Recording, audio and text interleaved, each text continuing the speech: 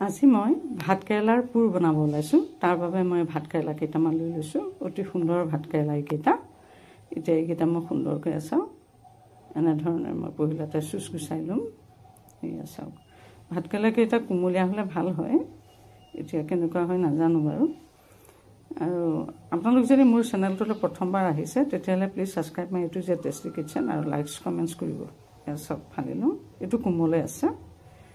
আৰু দ্বিতীয়টো এইটো অকণমান গুটি টান হোৱা যেন লাগিছে। এনেধৰণে মই গুটিকেইটা এনেকৈ ফালি ল'ম। এতিয়া এটা অতি সুন্দৰ ৰেচিপি আৰু বহুত হেল্ডি হয়। এতিয়া এইখিনি মই ধুই ল'ম ভালকৈ, গামলাটোতে ভালকৈ ধুই ল'ম। এয়া চাওক, বনাবলৈও ভাল আৰু খাবলৈও অতি সোৱাদ হয়। বহুতে ভাতকেৰেলা নোখোৱা সকলেও এনেকৈ বনালে ভাতকেৰেলা খাবই, বহুত ভাল হয় খাবলৈ। এতিয়া গেছটো জ্বলালোঁ, তাতে কেৰাহী এটা পাতি লৈ চাওঁ, কাৰণ এইখিনি মই সিজাম। তাৰ কাৰণে মই কেৰাহীটোত অলপমান পানী দি কেৰেলাকেইটা ইয়াতে পেলাই দিছোঁ। কেৰেলাকেইফাল উতলিছে, এয়া চাওক ইতিমধ্যে সিজিছে। এতিয়া মই গেছটো অফ কৰি দিম, দি পেলাই ইয়াতে মই অকণমান সময় ঠাণ্ডা হ'বলৈ দিম। ঠাণ্ডা হোৱাৰ পিছত এতিয়া মই এয়া চামুচ এখন লৈ পেলাই ভাতকেৰেলাৰ বুকুখিনি মই এনেকৈ গুচাই ল'ম। এতিয়া চাওক, চামুচেৰে গুচাবলৈ ভাল হয়। এয়া চাওক, এয়া ঘূৰাই ঘূৰাই দি গৈ থাকিলে এৰুৱাবলৈ সহজ হৈ পৰে। এয়া চাওক, এটা অতি সুন্দৰ ৰেচিপি, খাই বহুত সোৱাদযুক্ত হয় এইটো। চাওক,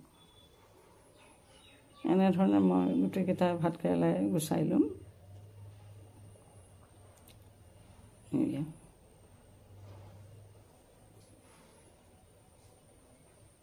ইতিমধ্যে গুচোৱা হৈ গৈছে। এতিয়া মই এয়া চাওক, সুন্দৰকৈ গুচোৱা হৈ গ'ল। এতিয়া কিটচেনৰ ওচৰলৈ যাম। এতিয়া তাৰ আগতে মই এই বেটাৰটো বনাই লওঁ। এতিয়া অলপমান বেচন দিলোঁ, অকণমান নিমখ দিলোঁ, তাতে অকণমান হালধি দিছোঁ,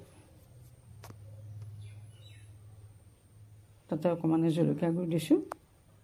দি পেলাই এইখিনি মই শুকানে পহিলাতে মিক্স কৰি ল'ম ভালকৈ। দি পেলাই অকণকৈ পানী দি সানি যাম, একেবাৰতে সৰহকৈ পানী নিদিওঁ। এনেকৈ চাওক, এইখিনি মই সানি ল'লোঁ। বেটাৰটো ঠিক এনেকুৱা হ'ব লাগে, বেছি পাতলো হ'ব নালাগে, বেছি ডাঠো হ'ব নালাগে, এনেকুৱা হ'ব লাগে ঘনত্বটো। সুন্দৰকৈ হৈ গৈছে। এতিয়া মই গেছটো পুনৰ জ্বলালোঁ, জ্বলাই পেলাই টাৱা এখন পাতি দিলোঁ, তাতে অলপমান তেল দিছোঁ, তাতে অলপমান পিঁয়াজ দিলোঁ। পিঁয়াজ এটা কুটি থৈছিলোঁ মিহিকৈ, সেইখিনি দিলোঁ। দি পেলাই তাতে অকণমান নিমখ দিছোঁ, অকণমান হালধি দিলোঁ, অকণমান চিলি ফ্লেক্স দিলোঁ। দি পেলাই এতিয়া এইখিনি সুন্দৰকৈ মই অকণমান ৰঙচুৱাকৈ ভাজি ল'ম। চব হৈছে ইতিমধ্যে। ইয়াতে মই ভাতকেৰেলা গুচাই লোৱা মণ্ডখিনি যিখিনি গুচাই লৈছিলোঁ সেইখিনি মই দি দিলোঁ। এইখিনি মই সুন্দৰকৈ ভাজি ল'ম এতিয়া। চাওক, ইতিমধ্যে ভজা হৈ গৈছে। এইখিনি মই কাটি ৰাখিম আৰু অকণমান ঠাণ্ডা হ'বলৈ দিম। ঠাণ্ডা হোৱাৰ লগে লগে মই গ্ৰাইণ্ডাৰৰ বাতিটোত, মিক্সি বাতিটোত এইখিনি ভৰাই দিলোঁ। দি পেলাই এইখিনি মই অকণমান পেষ্ট কৰি ল'ম। চাওক, ইতিমধ্যে কি সুন্দৰকৈ হৈছে, কালাৰে তালাৰে বৰ ধুনীয়া হৈছে মণ্ডটো।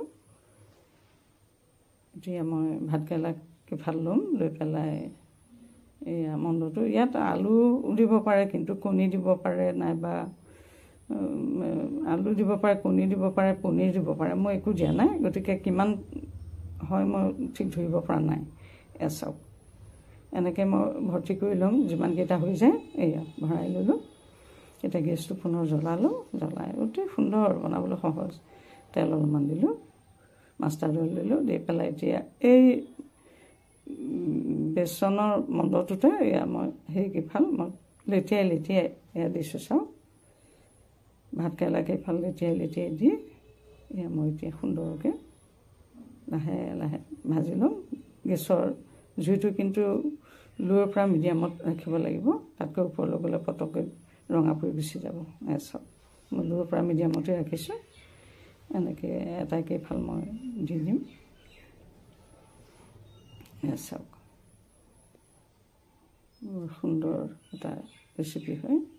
ইতিমধ্যে আছে ৰঙচুৱা হৈছেই অকণমান লৰাই বগৰাই দিম এটাইকে চকল এয়া কি ধুনীয়া হৈছে চাওকচোন দেখাতে গৰমে গৰমে খাব আৰু ভাতৰ লগতে বা ৰুটিৰ লগতে যিহৰ লগতে খায় এয়া হৈছে ইতিমধ্যে মই কাটি ৰাখিলোঁ এটা অতি সুন্দৰ ৰেচিপি বনাবলৈও সহজ হয় চাওক গতিকে সুন্দৰ ৰেচিপিটো আপোনালোকে সুন্দৰকৈ বনাই খাব আৰু এটা নতুন ৰেচিপি লৈ আপোনালোকৰ মাজলৈ আহি আছোঁ আৰু ভিডিঅ'টো পঢ়িলে শেষলৈকে চব আন্তৰিক ধন্যবাদ জনাইছোঁ